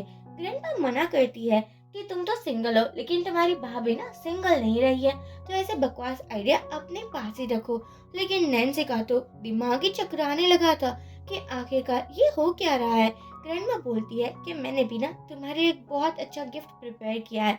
मुझे पता है शन के बारे में, वो तुम्हारा एक्स बॉयफ्रेंड है ना, और वो तुम्हें परेशान भी करता था, लेकिन अब से तुम उसे कंट्रोल कर पाओगी। नैन्सी सोचती है ये तो ज्यादा ही हो रहा है यार, इन लोगों को मैंने पैसे दिए हैं और ये मुझे ही बेवकूफ बनाए जा रहे हैं। वो कहती है नहीं, ऐसा कोई बात नहीं है। ग्रैंडमा बोलती है अरे तुम मुझसे कुछ भी बात मत छुपाओ, मुझे तो सब कुछ पता है। या वो वॉशरूम में जाती है और अपनी फ्रेंड से बात कर रही थी, तभी आ जाता है मेरा गुजिन और आते ही वो चुम्मा चाटी करने लगा था। नैन्सी कहती है यार ये वुमेन्स वॉशरूम है और देखो सभी लोग हमें देख रहे हैं। गुजिन बोलता है पर तुम तो मेरी वाइफ हो ना, और वैसे तुम बहुत शिकायत कर रही थी आज मेरी, तो मुझे लगा कि तुम्हें पनिशमेंट मिलनी चाहिए। नैन्सी बोलती है लेकिन तुम हो ही शिकायत करने लायक। तुम्हें याद नहीं है क्या कॉलेज में तुमने मुझे कितना परेशान किया था, किसी लड़की को मेरे आसपास भी नहीं आने देते थे क्योंकि तुम उसका मजाक बनाने लगते थे। गुजिन कहता है अभी भी तुम नहीं समझे ना, मैं वो सब कुछ क्यों करता था, क्योंकि मैं तुम्हें बहुत लाइक करता हूँ। नैन्सी कहती है अब तुम्हें जाना चाहिए। अब जैसे ही गुजिन चला जाता है, नैन्सी को कॉल आता है अपनी फ्रेंड का। वो बोल रही थी मैंने तुम्हारे इन-लॉस बनने के लिए जिस एक्टर को पैसे दिए थे वो तो आज इस सिटी में आया है, तो अभी तुम्हारे हस्बैंड के साथ जितने भी लोग हैं वो कौन है? कहीं वो कोई फ्रॉड तो नहीं है जो कि तुम्हारा और तुम्हारे हस्बैंड की हालत का फायदा उठा रहे हो? नैन्सी को भी यही लग रहा था कि जरूर वो कोई फ्रॉड ही होगे। यहाँ पर नैन्सी जैसे ही आती है सभी को शक की निगाहों से देखने लगी थी। ग्रैंडमा बोलती है कि देखो मुझे तुम्हें अपना खानदानी ब्रेसलेट देना था, आफ्टर ऑल ये मैंने अपनी बहू को दिया था और अब तुम्हारी मदर इन लॉ तुम्हें देगी, तो तुम प्यार से पहन लो। नैन्सी सोचती है मुझे लगता है ये 10-15 रुपए का ही होगा, ज्यादा प्राइस नहीं होगा। वैसे भी ये लोग फ्रॉड है, इतने पैसे तो कहाँ से आ जाएंगे। तो यहाँ वही बंदी आ जाती है जो कि शहर की कंपनी के साथ ना कॉन्ट्रैक्ट साइन कर रही थी। नैन्सी तो हैरान हो जाती है अब तुम कौन हो? दादी जी बोलती है तुम्हें ज्यादा टेंशन लेने की जरूरत नहीं है, एक्चुअली मैंने तुम्हारे लिए कुछ प्रिपेयर किया है। शेन कंपनी का शेन की जो कंपनी है उसके 70% राइट अब तुम्हारे पास है, तुम कुछ भी कर सकती हो। नैन्सी सोचती है ये डॉक्यूमेंट भी फेक ही हो गए, लेकिन आई एम श्योर ये लोग एक्टिंग ही कर रहे हैं। अब दादी जी और हर कोई चले जाते हैं और गुजिन का असिस्टेंट आता है जो उसे बोलता है मुझे आपसे कुछ काम है। बाद में नैन्सी अपनी फ्रेंड से मिलती है और उसको बोलती है कि मुझे गुजिन के बारे में ना हर एक डिटेल्स जाननी है, कहीं वो अमीर बंदा तो नहीं है ना और मेरे सामने गरीब बनने का एक्टिंग कर रहा हो। यहाँ फ्रेंड बोलती है ये तुम क्या बात कर रही हो, देखो तुमने जिस लड़के को बचाया था वही गुजिन है ना जो ऑर्फनेज में पढ़ा था। बताए वो फुल स्कॉलरशिप के साथ पास भी हुआ था और बाद में वो अब्रॉड चला गया था स्कॉलरशिप के थ्रू, और जब वो वापस आया तब उसके पास अच्छी जॉब थी और वो भी गो कंपनी में। अब वो जॉब करता है, गो कंपनी का मालिक नहीं है। नैन्सी सोचती है हाँ स्कॉलरशिप में पढ़ा है और उसकी लाइफ भी ऑर्डिनरी ही लगती है, वो गो कंपनी का मालिक कैसे हो सकता है। तभी यहाँ लूना और शैन आ जाते हैं। लूना बोलती है तुम्हें पता ही होगा ना कि शैन कंपनी का कितना अच्छा हाल हो रहा है। फ्रेंड बोलती है शैन कंपनी का तो हाल अच्छा हो सकता है लेकिन तुम्हारा नहीं, तुम्हारी शक्ल देखकर ही लगता है कि 12 बज चुके हैं उस पर। हमारी नैन्सी को तो हंसी ही आ जाती है, लेकिन शन और लूना खुश थे क्योंकि गो कंपनी उसके साथ प्रोजेक्ट करने वाली थी। लूना बोलती है तुम तो गो कंपनी की यंग लेडी हो ना, तो तुम्हें पता नहीं है क्या कि गो कंपनी हमारे साथ प्रोजेक्ट करने वाली थी और टाई भी हुआ। लगता है कि कोई तुम्हें इतनी इम्पोर्टेंस नहीं देता है। नैन्सी कहती है तुमने मुझे सुना लिया हो तो अब तुम जा सकती हो, वैसे भी हम यहाँ ड्रिंक्स करने के लिए आए हैं, तुम्हारा शक्ल देखकर ना मूड खराब नहीं करना चाहते हैं। शैन कहता है वाह क्या बात है मेरी तीखी मिर्ची, मुझे लगता है कि अब तुम्हें पता चल रहा होगा कि मैं कितना कैपेबल हूँ। आई नो तुम्हें रिग्रेट हो रहा होगा ना, क्योंकि तुमने मुझे छोड़ दिया और उस एम्प्लॉय को पकड़ लिया जिसकी गो कंपनी में एक मामूली सी जॉब है, और मैं तो गो कंपनी के साथ टाइप करने वाला हूँ, तो तुम्हें पता होगा कि मेरी क्या ही वैल्यू बन जाएगी। मुझे पता है कि अब तुम मुझसे माफी मांगोगी और कहोगे कि तुम मुझसे बहुत प्यार करती हो। ठीक है मैं तुम्हें माफ कर देता हूँ और तुम मेरी गर्लफ्रेंड भी बन सकती हो। ये सुनकर तो नैन्सी को तो चक्कर ही आ जाता है कि क्या है, और लूना की शक्ल देखने वाली थी। नैन्सी इस कमीने शन के ऊपर बियर गिराती है और बोलती है कि तुम इसके लायक हो, तुम्हें क्या लगा मैं तुम्हें प्यार करती हूँ? नहीं ऐसा कुछ भी नहीं था, बस तुम मेरी इमोशंस के साथ खेल रहे थे और अब मुझे तुम्हारी सच्चाई पता है, तो मैं कभी भी तुम्हारे पास नहीं आऊंगी। वैसे भी तुम एक नाजायज बेटे हो, और तुम्हें ये तो पता है ना कि तुम्हारी खुद की फैमिली ने तुम्हें बाहर निकाल दिया है अपने घर से, और कंपनी के सहारे तुम कितने टाइम तक ही टिक पाओगे, मैं भी देखना चाहती हूँ।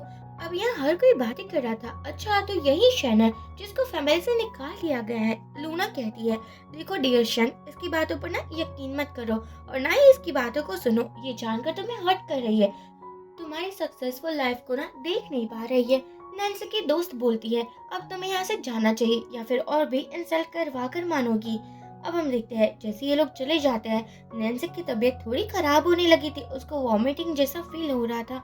दोस्त कहती है कि चलो मैं तुम्हारे साथ वॉशरूम चलती हूँ। नैन्सी मना कर देती है, अरे इसकी कोई जरूरत नहीं है, मैं अकेली चली जाऊंगी ना। और जैसे ही वॉशरूम के अंदर जाने वाली थी, शन ने ये सब को देख लिया था। वो अपने किसी दो बंदे को कॉल करता है कि तुम्हें मेरी हेल्प करनी होगी। यहाँ नैन्सी, जो कि अपने आप को शांत करती है और सोचती है कि मुझे जानना होगा गु जिन के बारे में, कहीं ऐसा तो नहीं ना वो गु ग्रुप से ही हो। तभी नैन्सी को कोई बेहोश कर देता है। अब हम देखते हैं हमारे गु जिन को, जो कि वेट कर रहा था, क्योंकि नैन्सी ने प्रॉमिस किया था कि आज वो डिनर करेगी।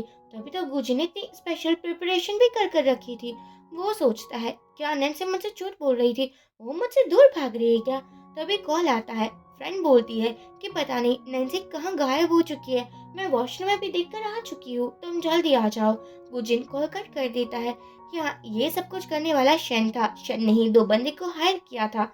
शन सोचता है, एक बार तुम मेरी हो गई, फिर तुम्हारी कंपनी, तुम्हारी प्रॉपर्टी भी मेरी हो जाएगी, और फिर तुम ना कह ही नहीं पाओगी, क्योंकि तुम्हारे पास बाद में कोई ऑप्शन ही नहीं बचेगा ना। यहाँ नैन्सी को बिल्कुल होश नहीं था। वो जो दोनों बंदे थे वो शन से बातें कर रहे थे कि आप कितने ज्यादा लकी हो, आपको इतनी अच्छी लेडी मिली है जो कि रिच फैमिली से भी है। शन बोलता है, एक बार मुझे इसकी सभी प्रॉपर्टी मिल जाए ना, फिर मैं तुम लोगों को भी इसकी कंपनी में जॉब पर लगवा दूंगा और सैलरी भी हाई कर दूंगा। वो दोनों बंदे तो खुशी हो जाते हैं, लेकिन तभी नैन्सी को होश आ चुका था। वो किसी को कॉल करना चाहती थी। पहले तो गु जिन के बारे में सोचती है, लेकिन बाद में लिली को कॉल कर देती है। लिली कॉल उठाते हुए बोलती है, तुम्हें पता है ना आज मैं लेट नाइट वर्क कर रही हूँ, क्या हो चुका है तुम्हें। नैन्सी कुछ नहीं बोलती। लिली को कुछ गड़बड़ लगती है। वो बोलती है, मैं तुम्हारी लोकेशन पर पहुंच रही हूँ। यहाँ पर वो निकल जाती है, और शन तो अपनी तारीफें सुन सुनकर कुछ ज्यादा ही खुश हो रहा था। तभी एक बंदा कहता है, इसके पास तो फोन है, इसने फोन क्या रखा नहीं है। वो फोन को बाहर फेंक देता है। शन की कार के सामने लिली की कार आ जाती है। शन कहता है, तुम्हें पता होना चाहिए, तुम्हें ऐसे आड़े नहीं आना चाहिए था, क्योंकि तुम्हारा भी तो प्रॉफिट ही है ना। अगर नैन्सी मेरी हो चुकी तो मैं तुम्हें पूरी कंपनी हैंड ओवर कर दूंगा, और तुम वो संभाल सकती हो।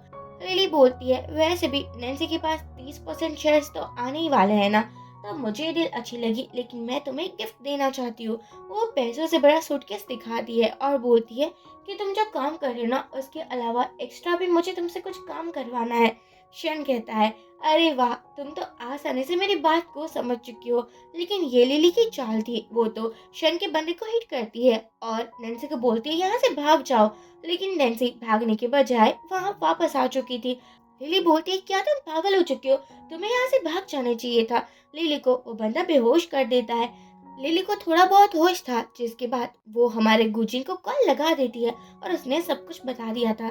यहाँ गुजिन बाहर में आता है और उस मैनेजर को बोलता है कि तुम्हारी वजह से ही शन की आज इतनी हिम्मत हो चुकी है। एक्चुअली वो आ चुका था उस रूम में जहाँ पर नैन्सी को रखा गया था। सभी को पिटाई करता है और नैन्सी को बचा लेता।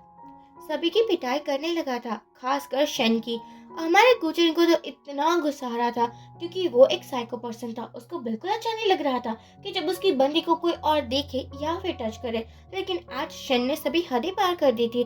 वो भला शन को कैसे ही जाने दे सकता था। वो तो आज फुल टू पिटाई वाले मूड में था। इतनी पिटाई करता है, इतनी पिटाई करता है। लेकिन तभी लिली आ चुकी थी। वो कहती है, बहुत हो चुका, तुम ये सब कुछ बंद करो। लिली को तो गुजिन पर ही गुस्सा आ रहा था कि तुमने ऐसा ख्याल रखा है क्या मेरी बहन का, मुझे लगा था कि तुम सब कुछ संभाल लोगे। गुजिन कहता है, मेरी गलती है, लेकिन आगे से ऐसा नहीं होगा। लिली बोलती है, नहीं, मैं होने भी नहीं दूंगी। तुम्हें पता होगा, तुम्हें पता नहीं है, मैंने नैन्सी को बचपन से लेकर आज तक गाइड किया है, और मैं कभी भी उसको एक छोटी सी खरोच भी नहीं लगने देती। पर आज तुम्हारी वजह से शन ने इतना सब कुछ कर दिया। अब से मैं नैन्सी के साथ ही रहूंगी। यहाँ नैन्सी को लिली लेकर चली जाती है। अब गुजिन ने सभी स्टाफ को बुलाया था। वो जानना चाहता था कि शन ने ऐसा प्लान कैसे ही कर लिया था। मैनेजर बोलता है कि मुझे पता नहीं था कि शन इतनी हद तक चला जाएगा। गुजिन कहता है, तुम तो शन के अच्छे दोस्त हो ना, मुझे लगता है कि ये सब कुछ तुमने ही किया है। मैंने पहले भी वार्न किया था कि शन को यहाँ वापस मत आने देना, लेकिन तुमने मेरी बातों को नजरअंदाज कर दिया है। फिर क्या है, तुम्हारी हालत पतली तो करनी ही थी ना। वो सभी एम्प्लॉय को फायर कर देता है। अब गुजिन की दादी माँ भी आ चुकी थी और वो नैन्सी को कहती है, तुम ठीक तो हो ना, तुम्हें कहीं लगी तो नहीं है ना। नैन्सी बोलती है, नहीं मैं बिल्कुल ठीक हूँ। अब जाकर मैनेजर को पता चल चुका था कि गुजिन की वाइफ नैन्सी है और गुजिन गुक कंपनी से है। ये सभी क्लब सब कुछ प्रॉपर्टी उसी की ही तो है। वो तो डर चुका था। अब यहाँ दादी जी भी बोलती है कि इस सभी को बाहर निकाल दो। थोड़े बहुत नैन्सी को चक्कर आ रहे थे तो लिली उसको लेकर चली जाती है। एक्चुअली लिली नैन्सी की फिक्र कर रही थी क्योंकि उसकी चाइल्डहुड टाइम पर उसके साथ अच्छा बिहेवियर नहीं हुआ था। नैन्सी पहले ऑर्फनेज में रहती थी और बाद में जब नैन्सी के रियल पापा को पता चला कि उसकी बेटी मिल चुकी है, वो उसे अपने घर पर लेकर आ चुके थे और उसने लिली को भी अडॉप्ट तो पहले ही कर दिया था। लेकिन लिली को कभी भी नैन्सी से जेलसी नहीं हुई थी। इवन कि वो खुश थी कि कम से कम उसके पापा को उसकी सगी बेटी जो मिल चुकी है वो नैन्सी का ख्याल रखती थी और उसे बोलती थी कि तुम्हें मेरी जो भी चीज को यूज करना है ना, तुम आराम से कर सकती हो। लेकिन नैन्सी बचपन से ही थोड़ी चुप चुप रहती थी और स्टूपिड तो वो पहले से ही थी। वो हर बार बहुत ज्यादा शॉपिंग करती थी और अपने ऑर्फनेज जाकर उस लेडी को देती थी। लेकिन जो लेडी थी, आई मीन डीन, उसको ऐसा लग रहा था कि नैन्सी की फैमिली तो इतनी रिच है ना, फिर नैन्सी कोई एक्सपेंसिव गिफ्ट लेकर क्यों नहीं आती, खाने पीने का सामान लेकर आती रहती है। तो बाद में वो उसको भड़काती रहती थी कि तुम्हें अपनी फैमिली से पैसे वगैरह लेकर आने होते हैं, ना कि ये सब कुछ ब्रेड वगैरह। जब पापा को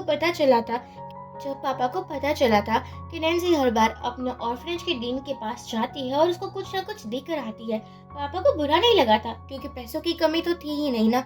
लिली बोलती है, देखो कोई भी तुम्हें परेशान करे मुझे बता देना, और वो उसे गले लगा लेती है। नैन्सी ऐसे ही लिली के साथ अच्छे से रहती थी, लेकिन नैन्सी के पापा के जाने के बाद लिली ने नैन्सी की सभी जिम्मेदारी को उठा लिया था। वो उसकी छोटी सी गार्डियन बन चुकी थी। अब यहाँ गुजिन नैन्सी को अपने रूम पर लेकर आता है। जैसे ही गुजिन बाहर आता है, लिली उसको वार्न करती है कि अगर नैन्सी को कुछ भी हुआ ना, मैं तुम लोगों का डाइवोर्स करवा दूंगी। गुजिन बोलता है, आई नो तुम उसके लिए फिक्रमंद हो, लेकिन वो मेरी लीगल वाइफ है, तुम ऐसा कुछ नहीं कर सकती हो। लेकिन लिली तो लिली ही थी, किसी की बातों को सुनना उसको तो आता ही नहीं था। वो धमकाती है और बहुत ही ज्यादा वार्निंग देती है और बाद में गुजिन को अपने ही घर से बाहर निकाल देती है। लिली नैन्सी के पास आकर बोलती है, मुझे पता है कि तुम बेहोश होने की एक्टिंग कर रही हो, तुम्हें कितना लग चुका है, तुम ऐसा क्यों करती हो, हर बार बॉडीगार्ड के साथ क्या नहीं जा सकती हो। नैन्सी बताती है कि इसमें गुजिन की तो कोई गलती नहीं है, हम दोनों का एक स्पेशल डिनर होने वाला था, लेकिन मैं ही थी जो कि मेरी फ्रेंड से मिलने के लिए जा चुकी थी। लिली बोलती है, अच्छा अच्छा ठीक है, मैं तुम्हारे हस्बैंड को इतना थोड़ी ना डांट रही हूँ जो तुम इतने फिक्रमंद हो रही हो, लेकिन हमारी नैन्सी का तो मुंह ही उतर चुका था। लिली बोलती है, क्या बात है माय लिटिल सिस्टर, तुमको तो प्यार हो चुका है गुजिन से, लेकिन आज की रात उसको घर के बाहर ही रहने दो ताकि उसको पता चले कि तुम मेरे लिए कितनी इम्पोर्टेंट हो और वो तुम्हारा अच्छे से ख्याल रखे। नैन्सी कहती है, हाँ दीदी, जैसा आप कहो वैसा ही मैं करूंगी। एक्चुअली गुजिन भी बचपन से ही नैन्सी को जानता था। वो एक बार बाहर आया था तो कुछ बंदे ने उसको पकड़ लिया था, ये सोचकर कि ये तो अमीर है ना तो बहुत पैसे मिलेंगे। तब नैन्सी ने गुजिन की मदद की थी और कहा था कि तुम ऑर्फनेज जा सकते हो, वहाँ पर तुम जैसे बच्चों की अच्छी लाइफ होगी। ये सुनने के बाद गुजिन हर बार नैन्सी को देखता रहता था और एक दिन वो अपने पापा को कॉल कर बोलता है, मुझे घर वापस आना है। अब नैन्सी जैसे ही मॉर्निंग में बाहर आती है, वो बाहर देखती कि गुजिन तो सो रहा है। वो कहती है, तुम अभी तक क्या हो, किसी होटल रूम में नहीं गए क्या? गुजिन कहता है, नहीं मैं कैसे जाता, मुझे तुम्हारी फिक्र थी, तुम्हें अकेला थोड़ी ना छोड़ सकता था, वरना तुम्हारी दीदी मेरी पिटाई ही कर देती। नैन्सी कहती है, हाँ सही कहा, वो ना कुछ ज्यादा ही फिक्रमंद रहती है, लेकिन तुम टेंशन मत लो, मुझे हॉस्पिटल जाना है चेकअप के लिए। गुजिन बोलता है, इतनी आसानी से नहीं, मैं पूरी रात बाहर रहा था, तुम्हारा फ्री का बॉडीगार्ड भी बना, तो मुझे कुछ रिवॉर्ड तो मिलना चाहिए ना। नैन्सी कहती है, लेकिन अभी मैं थोड़ा बिजी हूँ। गुजिन कहता है, मैं कुछ नहीं जानता, और वो अपना रिवॉर्ड ले ही लेता है। कुछ टाइम के बाद गुजिन अपने ऑफिस पहुंच चुका था। यहाँ पर वो बताता है कि शेन भी आज पार्टी में आने वाला है। तो बॉस, आपने कुछ तो प्लान कर कर रखा होगा ना। इसलिए आज एक पार्टी होने वाली थी जहाँ पर नैन्सी को उसके शेयर्स तो मिलेंगे, लेकिन शेन कंपनी का जितना भी राइट था ना वो भी मिलने वाला था। शन आ जाता है और उसके पास इनविटेशन लेटर भी था। अब तो शन की मम को ये लग रहा था कि शन के पापा जरूर रिग्रेट करेंगे, क्योंकि शन के साथ गो फैमिली है और जिसके साथ गो फैमिली होती है उसको टेंशन लेने की कोई भी जरूरत नहीं होती है। वो कहती है, बेटा तुम बहुत ही ज्यादा लकी हो और मुझे तुम पर गर्व है। शन बोलता है, ऑफ कोर्स मॉम, अब नैन्सी को पता चलेगा मैं कितना कैपेबल हूँ और हो सकता है कि वो मेरे प्यार में फिर से पड़ जाए और डाइवोर्स लेकर मुझसे शादी कर ले।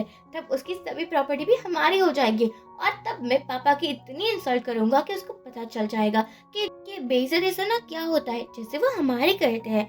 मम तो स्माइल करती है कि तुम जरूर मेरी ही बेटी हो, तुम वही करते हो जो मैं कहती हूँ। और लीना को भी प्रॉपर्टी से ही मतलब था, उसको क्या ही पता। उसको ये बिल्कुल मतलब नहीं था कि शन क्या कर रहा है और क्या नहीं, बस वो अमीर है, लूना के लिए इतना ही काफी था। या मॉम, लूना और शन मन ही मन खुश हो रहे थे।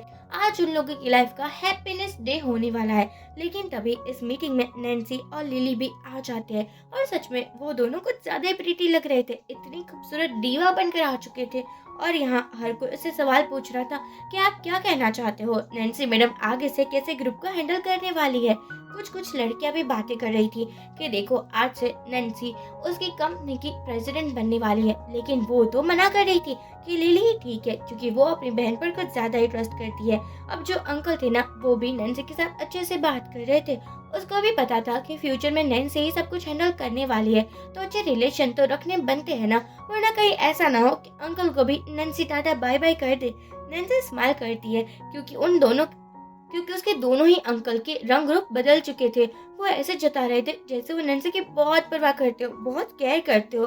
लिली भी ये देखकर हैरानी हो चुकी थी और वो कहती है, अंकल वैसे आप हमारी नैन्सी के बारे में इतना अच्छा कब से सोचने लगे, मुझे पता नहीं था कि आप इतनी अच्छे हो। दोनों अंकल कहने लगे थे, तुम दोनों हमारी भतीजी हो तो हम कैसे ना टेंशन ले, तुम लोगों की अभी तो शादी भी करवानी है ना। नैन्सी ने तो अपना लाइफ पार्टनर ढूंढ ही लिया है, लेकिन लिली तुम्हें भी शादी कर लेनी चाहिए।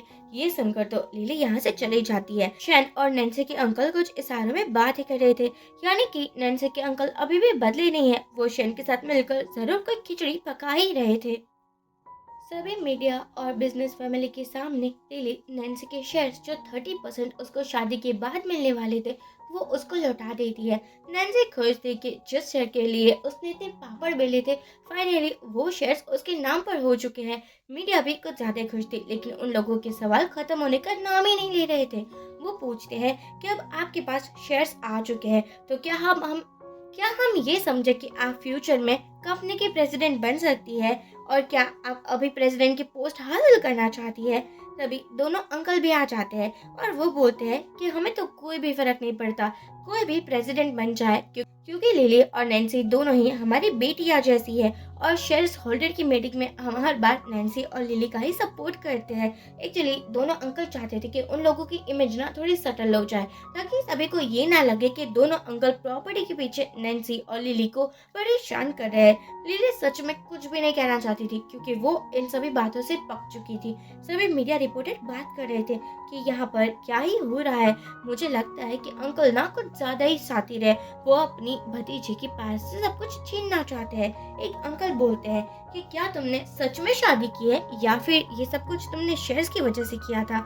नैन्सी अभी भी चुप थी, लेकिन यहाँ शैन अब चुप रहने वालों में से नहीं था।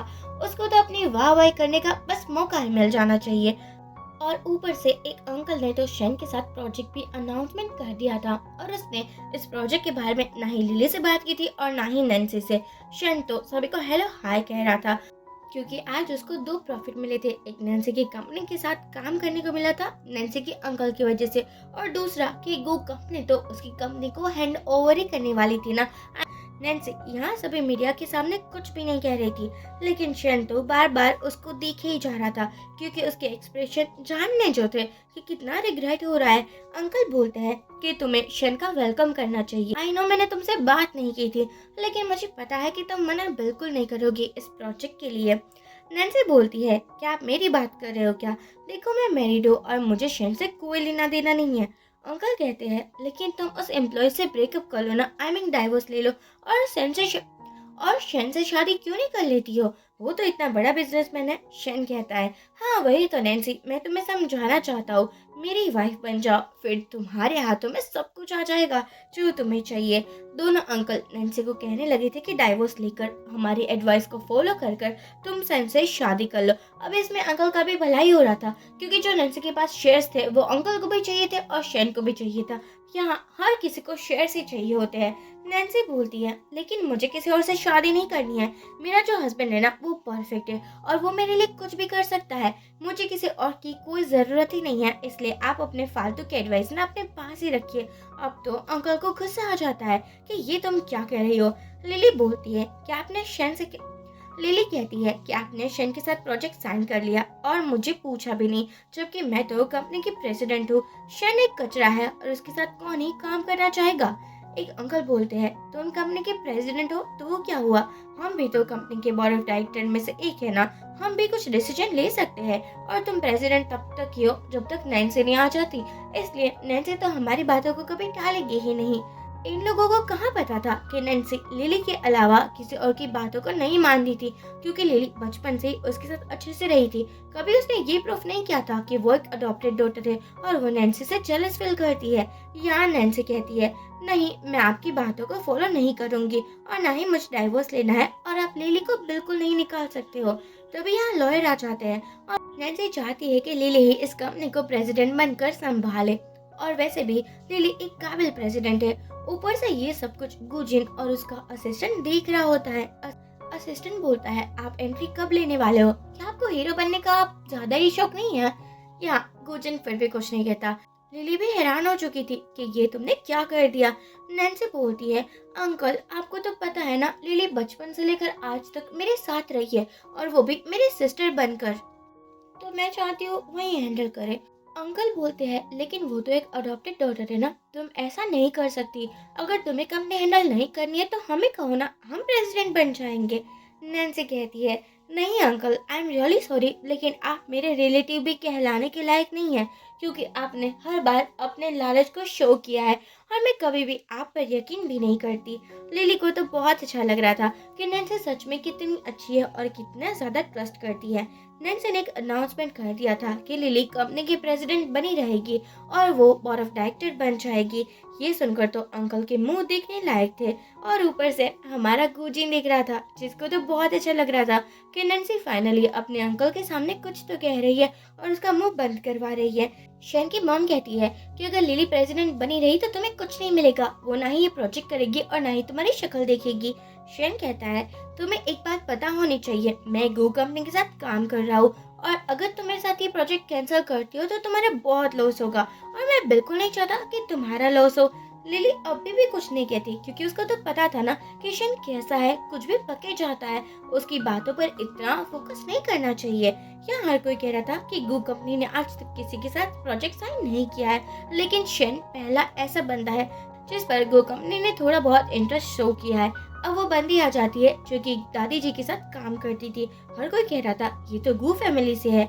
यहाँ पर शैन आता है और उस बंदी से पूछता है कि आप पर्सनली यहाँ पर आई हो, क्या आप कुछ बात करना चाहती हो हमारे डील के रिलेटेड? वो बंदी बोलती है, बिल्कुल भी नहीं, एक्चुअली तुमने जो 70% राइट दिया है ना वो और किसी को नहीं लेकिन नैन्सी को दिया है। हमारी चेयरवुमेन चाहती थी कि ये गिफ्ट नैन्सी को दिया जाए उसके वेडिंग के लिए। ये सुनकर शैन को यकीन नहीं हो रहा था। आप ये क्या कह रही हो? नहीं नहीं, मुझे बिल्कुल समझ ही नहीं आ रहा है। आपसे मेरा कॉन्ट्रैक्ट हुआ था, ना कि नैन्सी के साथ, और नैन्सी कैसे मेरी कंपनी के 70% राइट्स को ले सकती है? मैं भी ये बिल्कुल होने नहीं दूंगा। नैन्सी को तो हंसी आ जाती है। वो बंदी बोलती है, लेकिन तुमने कॉन्ट्रैक्ट पर साइन किया था और अब तुम मुकर बिल्कुल भी नहीं सकते हो। तुम्हें जरूर ये सब कुछ फॉलो करना ही होगा, अगर नहीं किया तो फिर तुम पर केस होगा। शन की हालत ऐसी हो चुकी थी कि वो ना ही यहाँ का था और ना ही वहाँ का, क्योंकि अब ना ही नैन्सी की कंपनी के साथ उसको कोई काम मिलेगा और उसकी खुद की कंपनी जो कि नैन्सी हैंडल करने वाली थी। शन चिल्लाने लगा था कि ऐसा नहीं हो सकता। तभी गुजिन की दादी जी आती है और बोलती है कि तुमने मेरी बहू को बहुत परेशान किया है, तो ये तुम्हारी पनिशमेंट है। गुजिन ने भी यहाँ आकर अपनी आइडेंटिटी को रिवील कर दिया था कि वो गो कंपनी का प्रेसिडेंट है। और दादी जी बोलती है, हाँ ये कुछ ऐसा ही है, सरप्राइज देता रहता है। इन सभी से जेलस होकर शेन गुजिन को हर्ट करना चाहता था, लेकिन गुजिन ऐसा नहीं होने दे सकता था। शेन को सभी ने पकड़ लिया था, बॉडीगार्ड्स ने, और वो बोलते हैं तुम्हें अब यहाँ से जाना होगा। अब हम देखते हैं आज का कोटा कंप्लीट हो चुका था। लिली इस कंट्री को छोड़कर जा रही थी क्योंकि अब उसको स्टडी करना था और सभी डिफरेंट डिफरेंट सिटीज को एक्सप्लोर करना था। हमारी नैन्सी उसको कॉल पर बात कर रही थी।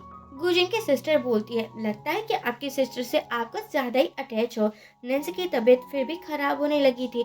अगली मॉर्निंग उसको एक रिपोर्ट मिलता है जिसमें बताया गया था कि वो प्रेग्नेंट है। फिर क्या था, नैन्सी तुरंत ही लिली को कॉल करती है और सब कुछ बता देती है। लिली कहती है लिली बोलती है मैं अभी वापस आई, और वो नैन्सी को लेकर जा रही थी। गुजिन आकर बोलता है तुम इसको कहीं पर भी नहीं लेकर जा सकती हो क्योंकि ये मेरी वाइफ है। तुम क्यों हर बार नैन्सी को मुझसे दूर करना चाहती हो। यहाँ पर लिली और गुजिन कुछ बातें करते हैं जिसके बाद गुजिन का फेस देखने लायक हो चुका था। नैन्सी बोलती है फिर से तमाचा खाया है क्या दीदी के हाथों का। गुजिन कहता है मैं कुछ भी कर सकता हूँ लेकिन तुम्हें खुद से दूर नहीं जाने दे सकता हो। अब हमारी नैन्सी खुश हो जाती है और रिवर्ट देते हुए बोलती है तुम पापा बनने वाले हो। गुजिन खुश हो जाता है। ये दोनों हक करते हैं और इसी के साथ ये ड्रामा की हैप्पी एंडिंग हो जाती है। सो फ्रेंड्स, आप मुझे कमेंट की तरफ जरूर बताइए कि आपको ये कहानी कैसी लगी। प्लीज वीडियो को लाइक और चैनल को सब्सक्राइब करना ना भूलें। Bye bye.